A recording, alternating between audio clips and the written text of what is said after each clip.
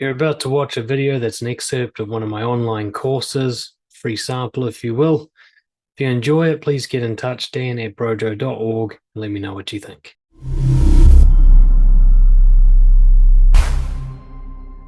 In this video, we're going to talk about tips for the workplace. I want to start by sharing a story about a guy I met, David, a friend of mine, who I met when I was working at the Department of Corrections, which is a government department, part of the Ministry of Justice.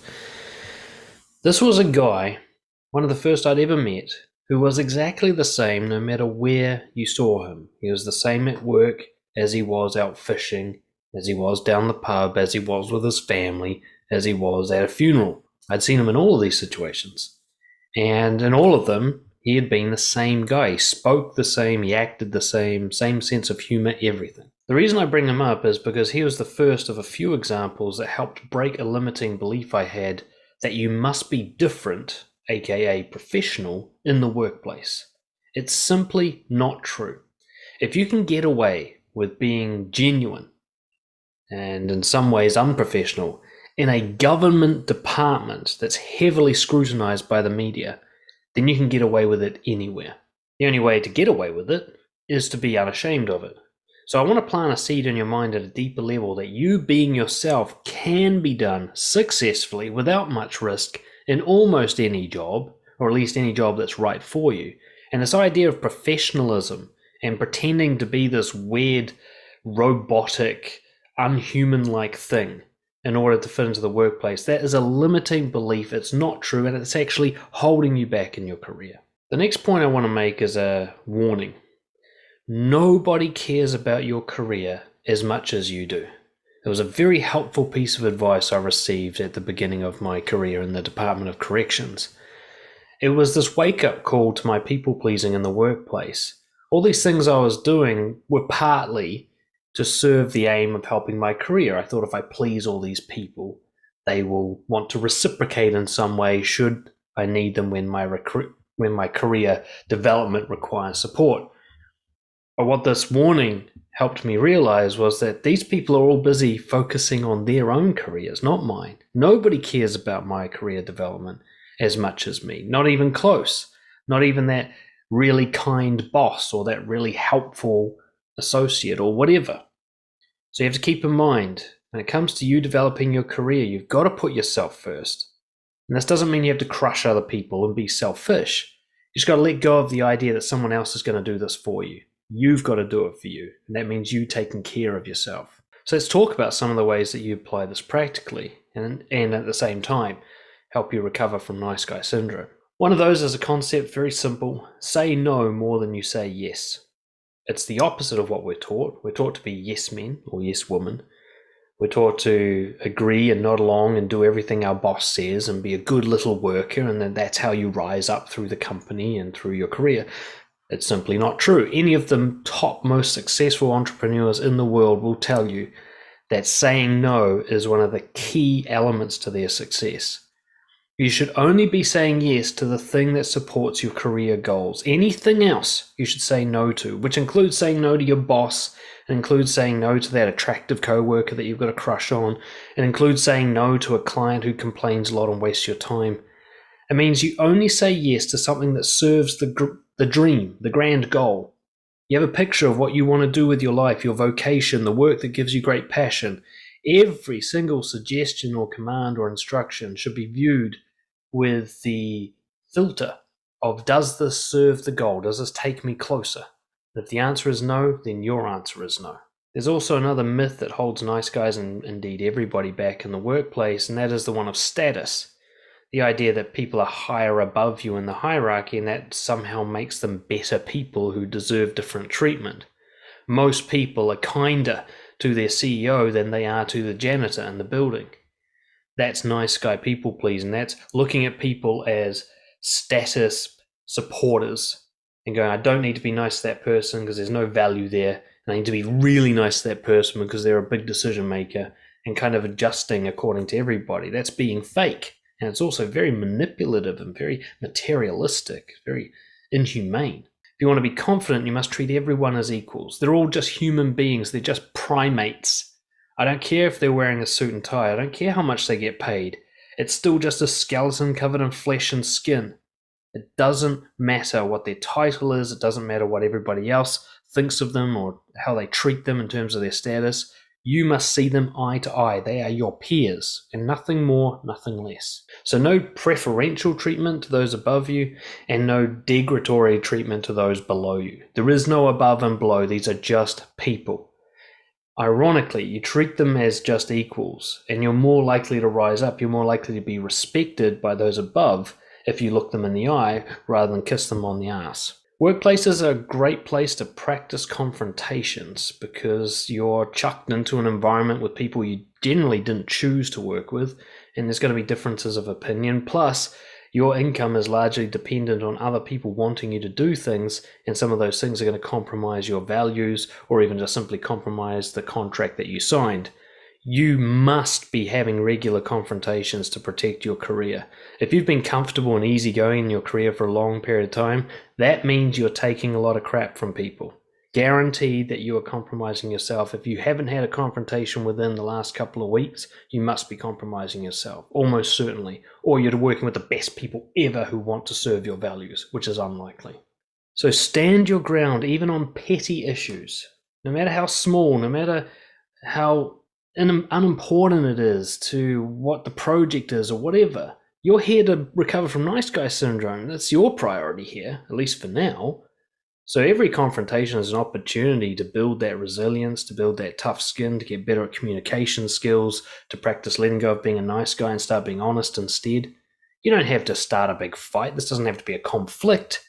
Just stand up for what you believe in. Even if you lose and you get voted down, that's fine. You're not here to win. You're here to stand up. That's the bit that matters. Start to slowly remove professionalism and all that weird extra stuff you do when you enter into the workplace. This could even mean dressing more casually if your contract allows it. But generally it means changing your language. Stop using these acronyms. Stop using cliches. Stop speaking in workplace talk. You got to listen to the way you talk in the workplace and ask yourself on a regular basis, is this how I talk at home? Is this how I talk with my friends? There's nothing particularly wrong with, say, cutting back on how often you use swear words, but that is a slippery slope to becoming fake. The David guy I mentioned, he swore all the time in the workplace. Again, government agency, he knew when not to do it, like if he's with a client or he's with the minister or whatever, he might dial it back there, but still you're always very clear that he's not being fake. Professionalism is fake. Nobody's like that. That's a manufactured thing. If you want to recover from nice guy syndrome, you got to stop doing it. So I recommend getting a pen and piece of paper out and having a write down of all the things you do differently at work under the banner of professionalism, and ask yourself, what would it look like to stop doing that stuff?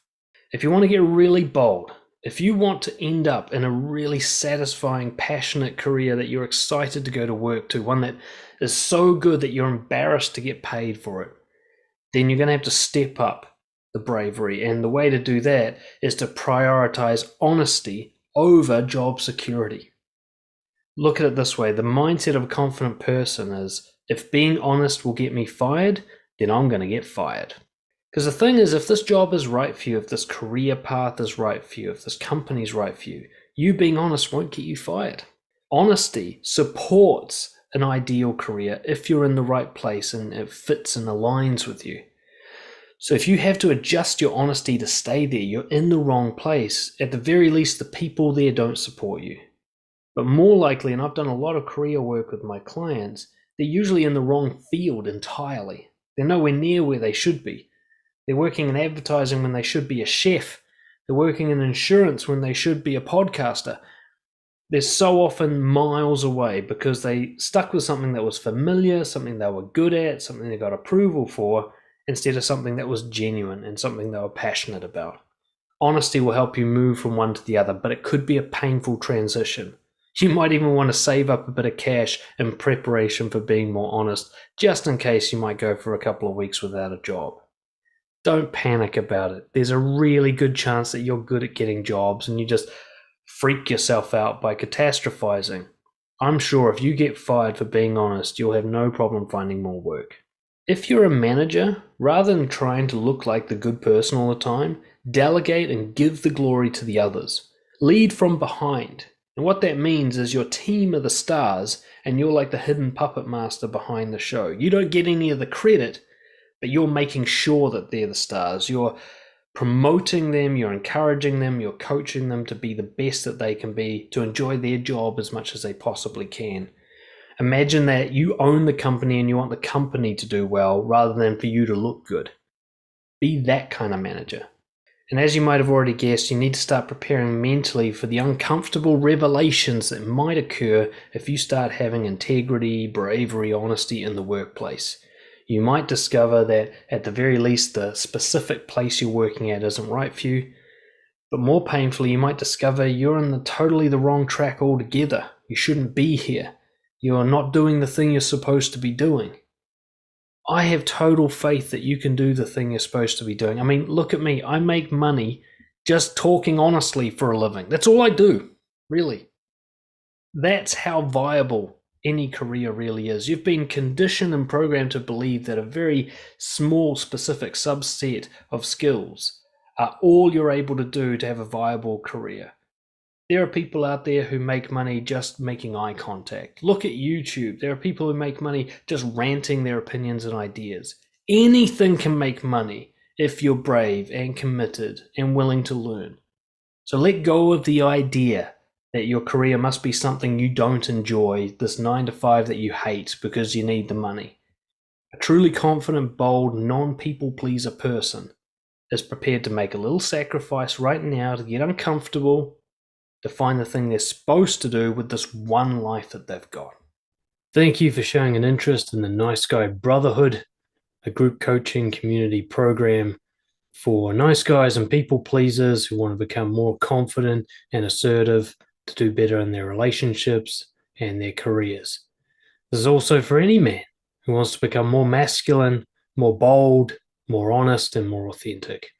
So in this program, we focus in on a lot of the people pleaser and approval seeking tendencies that hold men back from achieving full self-confidence and healthy relationships. Things like avoiding conflict, trying to fix other people's emotions, molding yourself to other people's preferences, failing to stand up for yourself, not going for what you really want, and not knowing who you really are. The goal, through the support of myself and the other members of the community, is to help you build the backbone to stand up for yourself, to stop caring what other people think of you, to stop getting lost in your thoughts and your feelings, and learn how to act decisively based on your own set of core values rather than what everybody else wants you to do. So we're looking to replace things like conflict avoidance and procrastination and trying to please others with going for what you really want based on who you really are. So we address all these issues through a number of methods. Firstly, we get together each week for a group session.